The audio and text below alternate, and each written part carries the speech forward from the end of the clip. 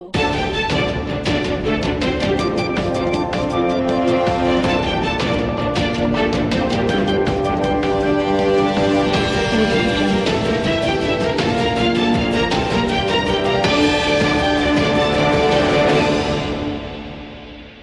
દર્શક મિત્રો, હું છું યોગિતા મોદી અને તમે જોઈ રહ્યા છો આજના સમાચાર।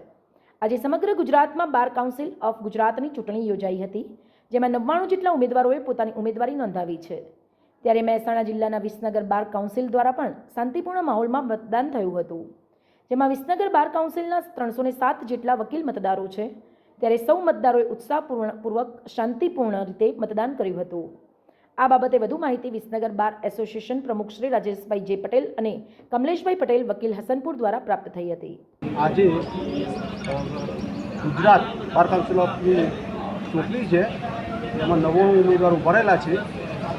એની અંદર વિસનગરમાં 307નું વોટિંગ છે। એમાં બધી જ કોમના માણસો અને બધા વકીલો મિત્રો ભેગા થઈ હરીમળી અને આ ઇલેક્શન શાંતિપૂર્ણ થઈ રહ્યું છે અને શાંતિપૂર્ણથી પૂર્ણ પણ થશે તેવી અમને વિસનગર બારના તમામ વકીલ મિત્રોની લાગણી છે અને લાગણીના આધારે આજે શાંતિપૂર્ણ મતદાન થાય છે। Patel Kamlesh Kumar Ambalal advocate and notary Visnagar bar association. આજ રોજ ગુજરાત બાર ચૂંટણી છે, એમાં કુલ 99 ઉમેદવારોએ ઉમેદવારી કરેલ છે।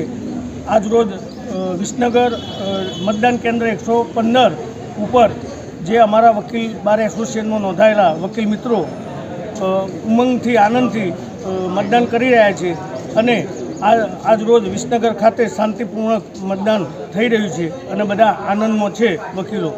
બસ એ ભારત માતા કી જય।